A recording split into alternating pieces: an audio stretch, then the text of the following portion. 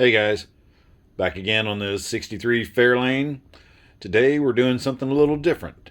You'll have to bear with me a little bit because I've got a cold today and I probably should have waited to make this video, but I am, needless to say, a little bit excited today because we're not actually working on the car.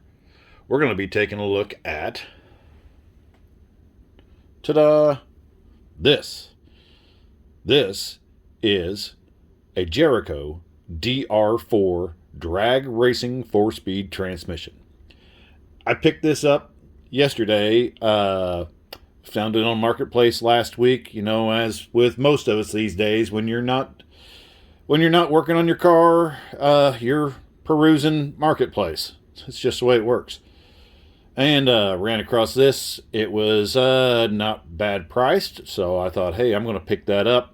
It's one of those things I've always wanted and never had. If you don't know anything about the Jerico, there's different versions of it. It's based on a Ford top loader originally.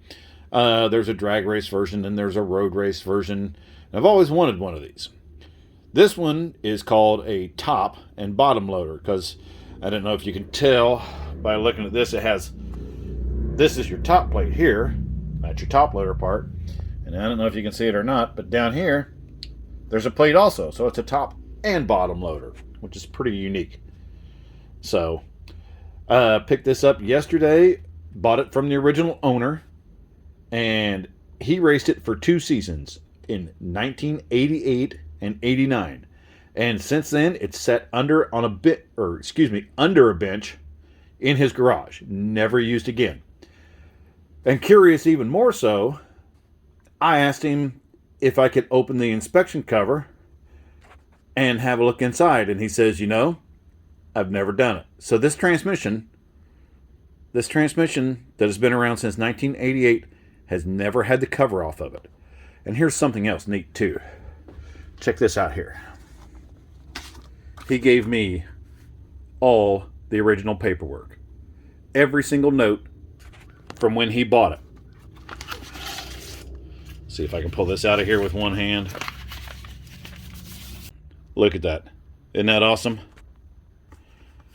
Every bit of original literature. And he even gave me the notes from where he called and inquired about it in 1988. Isn't that crazy? Look on the back of the envelope here. Right there. Right there. You can see it's dated February 23rd of 1988. That's when he received this transmission.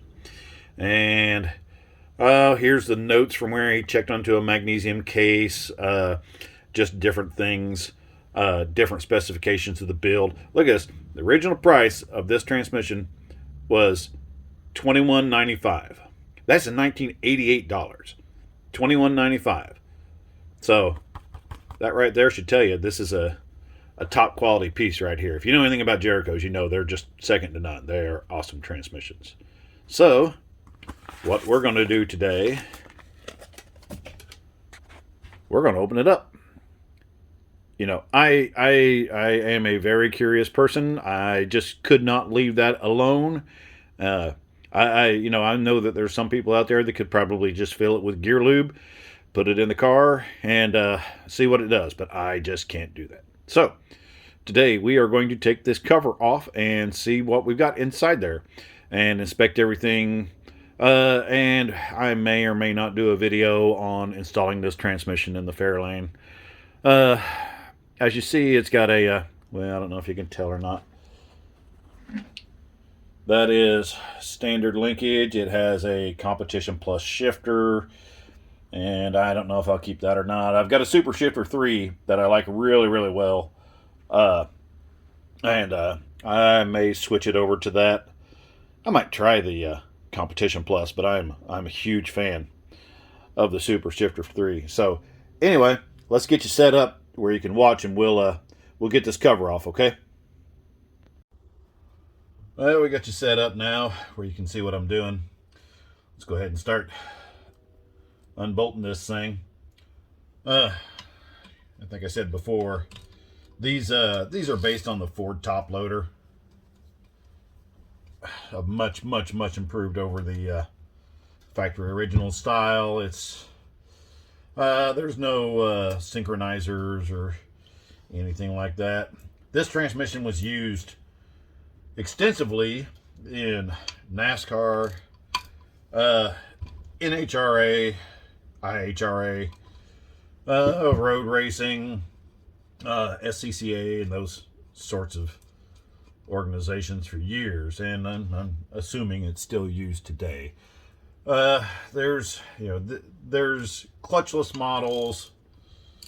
There's all kinds of different things you can do with it. The great thing that I think about these transmissions is that your combination of gears are nearly infinite. You can mix and match and come up with any combination of first, second, third, and fourth that you want. Fourth gear, as always, is 1-to-1. Oops. Slipped out there. Now we broke it loose. There we go. Fourth gear is always 1-to-1, and your 1, 2, and 3 vary depending on your application. Most of these transmissions are built to order. I think all of these transmissions are built to order for the most part. This one is set up with a 293 first gear, 187 second gear, 133 third gear, and then of course fourth gear. Like I said, it's 1-to-1. I think that was the standard gear set that they came with. There were all kinds of choices that you could get. You could even, if you raced, say, NHRA stock eliminator, and at that time you still had to use an iron Ford case. There's an option for that. Fortunately, with this aluminum case and this aluminum tail housing, this little girl right here is much, much lighter than the top loader that's in the Fairlane right now. So I believe it's like 20 or 30 pounds difference, which is incredible, and stronger at the same time. So get these last few bolts off here. It just floors me that I have all this original documentation from the original purchase. I mean, I feel really fortunate to have that. And I love people that are meticulous and keep records and keep notes and just keep this kind of material around, because I do not. I am awful at it. I am awful at it. He even told me, the original owner told me, that he knew that it had exactly 161 passes on it. And the way that he knew that is he still has all of his race logs from back then. All handwritten race logs. That's amazing to me. I do my best to keep track of that stuff, but 9 times out of 10, I'll look at a time slip, and if it's not something I like, I'll probably pitch it. If it was something I like, I might keep it around a little bit. I guess that's the way it kind of works for all of us, but I feel really fortunate to have that information. Okay, let's see if we can get this aluminum top cover off here. I don't know what kind of sealer they used on that, but ooh, man, that thing is tight. Of course, it's been on there since I was I wasn't in high school. I was just barely out of high school when this thing was built. Actually, I was in basic training. I was at Fort Benning, Georgia in basic training when this transmission was built. So let me see if I can find a little something better than a screwdriver to... there we go. Hey, I just felt it give. There we go. She's coming. It's going to be slow going. Yeah. Sorry about that. I don't know if you can hear that on that popping on audio or not. There we go. Now we're getting somewhere. Oh, come on, go under there.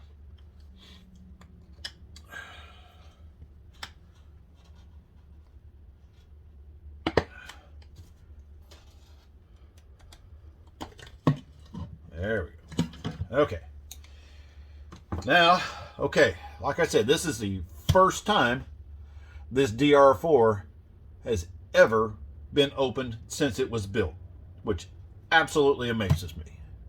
So here we go. Let's have a look at it. I don't anticipate any problems. It's just fine, but it just amazes me that he never, ever, ever took this cover off. Wow, look at that. Look at that, would you? Okay, we're in neutral. No, we're not in neutral. Yes, we are in neutral here. Okay, if you've never seen the way one of these transmissions work, look at these big windows of engagement here, and that's third gear there. See, look at this. Look at that.